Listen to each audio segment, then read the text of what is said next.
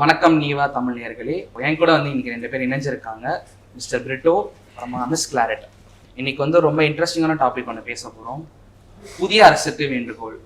இது வந்து கேட்கவே ரொம்ப இன்ட்ரெஸ்டிங்காக இருக்குது. ஸோ அதை பற்றின ஒரு கலந்துரையாடலாக தான் இது இருக்க போகுது. ஃபர்ஸ்ட் வந்து என்ன டாபிக் பேச போகிறோம், ஏதாவது கெஸ் இருக்கா? புதுசாக கவர்மெண்ட் ஃபார்ம் கண்டிப்பாக ஸோ எதிர்பார்ப்புகள் நிறைய இருக்கும். ஸோ அதை பற்றி பேசலாம்னு தோணுது. ஸோ எனக்கு தெரிஞ்சு நம்ம வந்து ஃபர்ஸ்ட் எஜுகேஷன் பற்றி பேசலாம். ஏன்னா எஜுகேஷன் தான் எனக்கு ரொம்ப இம்பார்ட்டண்ட்டான ஒரு ஃபேக்டர். ஸோ அதை பற்றி நீங்கள் என்ன நினைக்கிறீங்க? இப்போ இருக்கிற புதுசாக ஃபார்ம் பண்ண போகிற கவர்மெண்ட் வந்து என்னென்ன விஷயங்கள் பண்ணால் நல்லா இருக்கும்னு நினைக்கிறீங்க? கண்டிப்பாக இப்போது கல்வி எடுத்துக்கிட்டோம்னா தமிழ்நாடு இன்னைக்கு ரொம்பவே முன்னாடி இருக்கு. மற்ற மாநிலங்களை கம்பேர் பண்ணும்போது தமிழ்நாடு ரொம்பவே அதிகமாக முன்னாடி வந்திருக்கு. இந்தியாவில் எல்லா மாநிலத்துக்குமே ஒரே நேரத்தில் தான் சுதந்திரம் கிடைச்சிது. ஸோ எல்லா மாநிலத்துக்குமே ஒரே மாதிரியான வாய்ப்புகளும் ஒரே மாதிரியான வசதிகள் தான் இருந்தது. ஆனால் இன்னைக்கு கல்வியில நம்ம ஏதோ ஒரு மாற்றம் செஞ்சதுனால தான் இன்னைக்கு இவ்வளவு தூரம் நம்ம வளர்ந்து வந்திருக்கோம். குறிப்பிட்டு சொல்லணும்னா காமராஜர் அவர்களுடைய ஆட்சியிலிருந்து, ஐயா அவருடைய ஆட்சியிலிருந்து இன்னைக்கு முத்துவேல் கருணாநிதி ஸ்டாலின் அவர்களுடைய ஆட்சி வரைக்குமே நம்ம எடுத்து பார்க்கும்போது ஒவ்வொரு அரசுமே வந்து தமிழ்நாட்டில் கல்விக்காக பல விஷயங்களை செஞ்சுட்டு வராங்க. அன்னைக்கு கல்வி நிறுவனங்கள் முக்கியமா ஸ்கூல்ஸ்ல வந்து உணவு போட்டதுல இருந்து இன்னைக்கு காலை உணவு வரைக்கும் நம்ம பார்க்கிறோம். ஸோ கல்வியில ஒரு மிகப்பெரிய மாற்றம் நடந்திருக்கு. முக்கியமா அந்த ஒரு பள்ளி கல்வித்துறையில பல மாற்றங்கள் நடந்திருக்கு. நம்ம வந்து சொல்லிதான் ஆகணும். பள்ளி கல்வியா இருக்கட்டும், உயர்கல்வியா இருக்கட்டும், ரெண்டுத்தையும் நம்ம பிரிச்சு நம்ம பேச வேண்டியது இருக்கு. முதல்ல நம்ம பள்ளி கல்வி எடுத்துக்கிட்டோம் அப்படின்னா அரசு பள்ளியில மாணவர்களோட சேர்க்கை இப்போ ரீசெண்டா நம்ம பார்க்கும்போது கூட 1,00,000 மாணவர்கள் அரசு பள்ளி, அரசு உதவி பெறும் பள்ளி, கவர்மெண்ட் ஸ்கூல், கவர்மெண்ட் எய்டட் ஸ்கூல்ஸ்ல எங்களுக்கு நியூ என்ரோல்மெண்ட் வந்திருக்கு அப்படின்னு சொல்லிட்டு நம்ம அமைச்சர் அவர்கள் சொல்லியிருந்தாங்க. இப்போ புதிய அரசுக்கு என்ன ஒரு எதிர்பார்ப்பு இருக்கும்னா, கண்டிப்பா இருக்கக்கூடிய நலத்திட்டங்கள், கல்வித்துறை சார்ந்து இருக்கக்கூடிய நலத்திட்டங்களை இன்னும் சிறப்பா செய்யணும். அது மட்டும் இல்லாம தேர்தல் அறிக்கையில கூட நாங்க கண்டிப்பா வந்து காலை உணவு வந்து இன்னும் நாங்க மேம்படுத்துவோம், இன்னும் நிறைய கிளாஸ் நாங்க கொண்டு வருவோம், இன்னும் நிறைய மாணவர்களுக்கு அதை வந்து பலனடைகிற மாதிரி நாங்க செய்வோம் அப்படின்றத முக்கியமா சொல்லியிருக்காங்க. இன்னும் கூடுதல் நிதி ஒதுக்கி தமிழ்நாட்டுல மாணவர்களுக்கு என்னென்ன நலத்திட்டங்கள் கிடைக்குமோ அதை நாங்க செய்வோம் அப்படின்றத உறுதியளிச்சிருக்காங்க. ஸோ அதை ஒரு சைடு பார்க்க வேண்டியது இருக்கு. இப்போ பள்ளியே முடிச்சாச்சு, ஆனா பள்ளியில மாணவர்களுக்கான சூழ்நிலை எப்படி இருக்கு, அடிப்படை கட்டமைப்பு வசதிகள் இருக்கா அப்படின்னு பார்க்கும்போது இப்போ நம்ம சூழ்நிலை எடுத்துக்கிட்டோம் அப்படின்னா நிறைய நியூஸ் சேனல்ஸ்ல நம்ம என்ன பார்க்குறோம், இந்த பள்ளியில இப்படி வந்து கட்டட வசதி இல்லாம இருக்கு, இங்க வந்து கழிவறை வசதி இல்லாம இருக்கு அப்படின்னு இந்த கட்டடங்கள் சார்ந்த தேவைகளை கொஞ்சம் இந்த அரசாங்கம் அடுத்து வரக்கூடிய நாட்கள்ல துரிதப்படுத்தி மேம்படுத்தினாங்க அப்படின்னா கண்டிப்பா அது வந்து பாராட்டக்கூடிய விஷயமா இருக்கும். ஏன்னா அரசாங்கம் நிறைய பணம் செலவிடுறாங்க, அது மக்களையும் போய் சென்றடையுது. ஆனா ஏதோ ஒரு இடத்துல அங்கங்க குறைகள் இருக்கதான் செய்யுது. ஸோ அந்த ஒரு அடிப்படை கட்டட வசதியை வந்து மேம்படுத்துறது ஒரு முக்கியமான இலக்கா இருக்கும். ரெண்டாவது கற்றல் விளைவு அப்படின்னு சொல்லுவாங்க, லேர்னிங் அவுட்கம். மாணவர்களுக்கு இவ்வளவு செலவு பண்றாங்க, அதை படிக்கவும் செய்யறாங்க. பசங்க படிச்சு அவங்க எக்ஸாம் எழுதும் போது அவங்களோட ரிசல்ட்ல அது பிரதிபலிச்சாதான் அதனோட முழு பலனை நம்ம எடுத்துக்க முடியும். அப்போ கற்றல் விளைவை வந்து நம்ம அதிகமா ஃபோக்கஸ் பண்ண வேண்டிய ஒரு தேவை இருக்கு.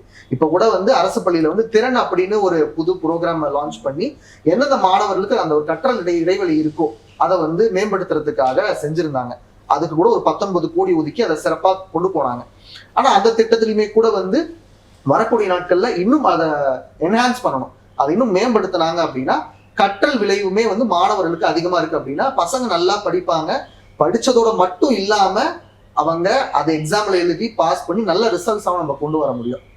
ஸோ அது வந்து ஒரு முக்கியமான ஒரு குறிக்கோளா இருக்கும். அதே மாதிரி டிராப் அவுட், இந்த மாணவர்களோட இடைநிற்றல், பல காரணங்களால இன்னைக்கு மாணவர்கள் இடைநிற்றல் ஆகுறாங்க. பல காரணங்கள் இருக்கு. தமிழ்நாடு மற்ற மாநிலங்கள் கம்பேர் பண்ணும்போது இடைநிற்றல்ல ரொம்ப கம்மி தான்.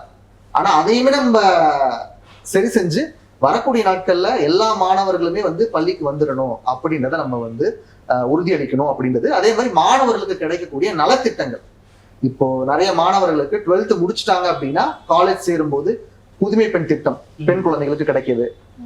பசங்களுக்கு வந்து தமிழ் புதல்வன் திட்டம் மூலமா அவங்களுக்கு வந்து மாசம் 1000 ரூபாய் கிடைக்குது.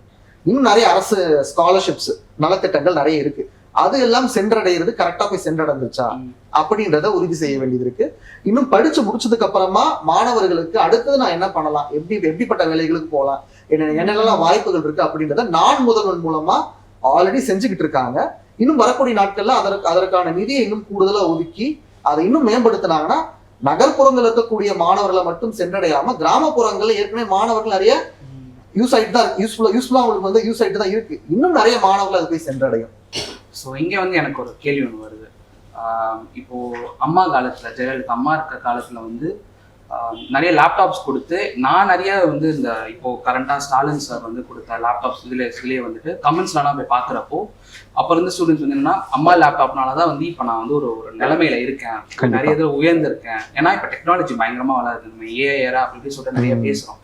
அப்படி இருக்கிறப்போ ஸ்டாலின் ஐயாவோட 5 வருஷ டேர்ம்ல வந்து கடைசி அந்த 1 வருஷம் 2 வருஷத்துல தான் லேப்டாப் கொடுத்தாங்க. ஏன்னா அந்த லேப்டாப்ன்றது நிறைய பேருக்கு வந்து ஒரு அவங்களோட வாழ்க்கையே மாத்தி இருக்கு. நிறைய பேர் வந்து எடிட்டிங் கத்துருக்காங்க, நிறைய பேர் வந்து கோடிங் கத்துக்கிட்டாங்க, நிறைய பேர் வந்து இப்போ நிறைய பேர் ஃபாரின்ல போய் வேலை செய்யறதுக்கு ஒரு மெயின் காரணமே வந்து அந்த அம்மா கொடுத்த லேப்டாப்பாக தான் இருந்தது. ஸோ அதை வந்து இந்த மாதிரி லாஸ்ட் மினிட்ல எனக்கு தெரிஞ்சு அது வந்து 12th ஸ்டாண்டர்ட் ஸ்டூடெண்ட்ஸ்க்கு அப்பயே கொடுத்துட்டாங்கன்னா காலேஜில் படிக்கிறப்போ ரொம்ப ஈஸியாக இருக்கும். பிகாஸ் ஃபைனல் இயர்ஸ் கொடுத்துட்டாங்கன்னா அதுக்கப்புறம் அவங்க வேலைக்கு தான் போவாங்க. பட் தென் அந்த 12th 11th அந்த டைம்ல கொடுத்தாங்கன்னா ஐ ஃபீல் லைக் அதை வந்து அவங்க யூஸ் பண்ணி அவங்களுக்கான ஒரு கெரியரை வந்து செட் பண்ணிக்க முடியும். ஏன்னா இப்போ நம்ம பார்த்தோம், இப்போ லாஸ்ட் இயர் வந்து ஃபைனல் இயர்ஸ்க்கு தான் வந்து அந்த லேப்டாப் கொடுத்தாங்க. ஸோ அதை வந்து கொஞ்சம் ப்ராப்பராக வந்து எப்படி சொல்றது, அது வந்து ஃபுல்லா மாத்தி மேபி ஸ்கூல் ஸ்டூடெண்ட்ஸ் கொடுத்தாங்கன்னா அது இன்னும் ஹெல்ப்ஃபுல்லா இருக்கும் நான் நினைக்கிறேன். கண்டிப்பா. ஏன்னா அது நல்ல ஒரு கேள்வி, ஆக்சுவலா நல்ல ஒரு கேள்வி.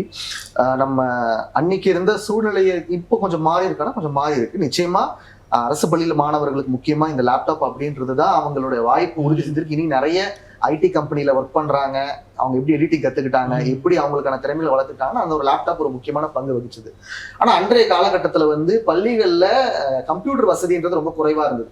ஆனா இன்னைக்கு நிறைய அரசு பள்ளிகள்ல வந்து கம்ப்யூட்டர் வசதியை மேம்படுத்தி இருக்காங்க. ரீசெண்டா கூட 2025 ரிப்போர்ட் படி ஐசிடி கிளாஸ் ரூம்ஸ் அப்படின்னு சொல்லுவாங்க. ஸோ அந்த ஐசிடி கிளாஸ் ரூம்ஸ், அதாவது கம்ப்யூட்டர் வசதி உள்ள கிளாஸ் ரூம்ஸ் வந்து நம்ம தமிழ்நாடு தான் இந்தியாலே வந்து முதன்மையான இடத்துல இருக்கு. கிட்டத்தட்ட 80% பள்ளிகள்ல இந்த ஐசிடி கிளாஸ் ரூம்ஸ் ஆனது இருக்கு. ஸோ மாணவர்களுக்கு கம்ப்யூட்டர் படிப்பை ஸ்கூல்ல படிக்கிறதுக்கு பள்ளியில வந்து ஒரு வாய்ப்பு இருக்கு. அதுக்கப்புறமா அவங்க காலேஜ் போகும்போது அவங்களுக்கு அந்த லேப்டாப் அப்படின்றது இப்போ வந்து கொடுக்கப்படுது. முன்னாடி இருந்த சூழ்நிலை இப்போ கொஞ்சம் மாறி இருக்குன்னு நம்ம வந்து சொல்லலாம். அதே மாதிரி முதல்ல இந்த ஒரு அரசாங்கத்துக்கு முதல்ல அவங்க 2021 ஆட்சியில வந்தப்போ அவங்களுக்கு இருந்த மிகப்பெரிய சவால் கொரோனா காலகட்டத்தை வந்து கையாண்டு அந்த ஒரு விஷயத்த வந்து ஹேண்டில் பண்றது. ஸோ ஒரு முதல் 3 வருஷம் நிறைய முக்கியமான திட்டங்களுக்கு அடித்தளமா அவங்க போட ஆரம்பிச்சாங்க. பள்ளி கல்வியா இருக்கட்டும், சுகாதாரமா இருக்கட்டும், அப்புறம் வந்து வேலை வாய்ப்புகளை உருவாக்குறதா இருக்கட்டும், இதற்கான அடித்தளங்களை போட்டுதான் கடந்த 2 ஆண்டுகள்ல இரட்டை இலக்க பொருளாதார வளர்ச்சியா அடைஞ்சிருக்கும். போன வாட்டி வந்து 11% கிட்ட வந்துருது, இந்த வாட்டி 10% கிட்ட வந்திருக்கு. எந்த அளவுக்கு இப்போ வந்து நிறைய வர்த்தக போர்லாம் ட்ரம்ப்புடைய டாரிஃப் வார்ஸ்லாம் நிறைய நடந்துட்டு இருக்கு. அதையும் தாண்டி இன்னைக்கு வந்து அது நடந்திருக்கு அப்படின்னா இந்த அரசாங்கம் ஒரு கொள்கை முடிவா எடுத்து இதை சிறப்பா செஞ்சுக்கிட்டு இருக்காங்க. நம்ம ஊர்லயுமே பொருளாதாரம் சார்ந்த நிறைய தொழில் நிறுவனங்கள் உருவாகிறதுக்கு இந்த அரசாங்கம் ஒரு அடித்தளத்தை போட்டிருக்காங்க. அதை சரியா பயன்படுத்திக்கிட்டதுல மக்களோட பங்களிப்பு நிச்சயமா இருக்கு. ஏன்னா மக்கள் வந்து இதை சரியா பயன்படுத்தாம இருந்திருந்தாங்கன்னா கஷ்டம்தான். ஸோ அதனால வரக்கூடிய காலகட்டத்துல இன்னும் இந்த லேப்டாப் திட்டத்துல இன்னும் விரிவுபடுத்தணும், இன்னும் நிறைய மாணவர்கள் போய் சென்றடையணும். அதே மாதிரி எந்தெந்த மாணவர்களுக்கு மேபி பிரைவேட் காலேஜ்ல படிக்கிறவங்களா இருக்கலாம், இன்னும் நிறைய இடத்துல வந்து அவங்களுக்கு தேவைகள் அதிகமா இருக்கலாம். ஸோ இதை இன்னும் விரிவுபடுத்தினாங்க அப்படின்னா நல்லாவே இருக்கும். இதை சரியா ட்ரெயின் பண்றதுக்கான ஆட்களும் அதற்கான ட்ரைனிங் சென்டர்ஸும் உருவாகுது. இப்போ தமிழ்நாடு திறன் மேம்பாட்டு கழகம் TNSTC அவங்க நிறைய ட்ரைனிங் ப்ரோக்ராம்ஸ் லான்ச் பண்றாங்க. நான் முதல்வன்னு வந்து அவங்க மையமா வச்சு நிறைய விஷயங்கள் பண்ணிட்டு இருக்காங்க. அதை இன்னும் விரிவுபடுத்தினாங்கன்னா வெறும் கம்ப்யூட்டரை கொடுத்துட்டு மட்டும் விடாம அதுக்கான மேம்பாட்டு வசதி, அதை நீங்க எப்படி யூஸ் பண்ணணும், எப்படிலாம் நீங்க பண்ணலாம் அப்படின்ற விஷயங்கள் நம்ம எடுத்துக்க முடியும். ஸோ இப்போ கொடுத்துட்டாங்க. அடுத்த இலக்கு, அடுத்த அரசாங்கம் வரக்கூடியவங்களுக்கு இந்த விஷயத்தை எப்படி நீங்க யூஸ் பண்ண போறீங்க உங்க லைஃப்ல, உங்களுக்கு வாய்ப்பை எப்படி மாத்திக்கிட்டு அதை நீங்க செயல்படுத்த போறீங்கன்றது தான் இருக்கு. இப்போ லேப்டாப் கொடுத்ததுன்றது வந்து ஒரு பெரிய குட் நியூஸ் தான் ஆக்சுவலி. ஏன்னா இவங்க சொல்கிற மாதிரி எடிட்டிங் தவிர்த்து இப்போ நாலாமே செகண்ட் இயரில் ரிசர்ச் ப்ராஜெக்ட் ஒர்க்லாம் பண்ணும்போது நிறைய பேர் லேப்டாப் இல்லாமல் ஷேர் பண்ணிக்கிட்டோம். ஒரு 3 பேர் ஒரு லேப்டாப், லைக் சில பசங்க வீட்டில் இல்லை, ஆனால் ஜென்யூனாக தேவைப்பட்டுச்சு. ஸோ எனக்கு தெரிஞ்சு இப்போது இவங்க 3rd இயரில் கொடுக்கறது பதிலாக ஒரு செகண்ட் இயரில் இப்போ கொடுக்க ஸ்டார்ட் பண்ணியிருக்காங்க.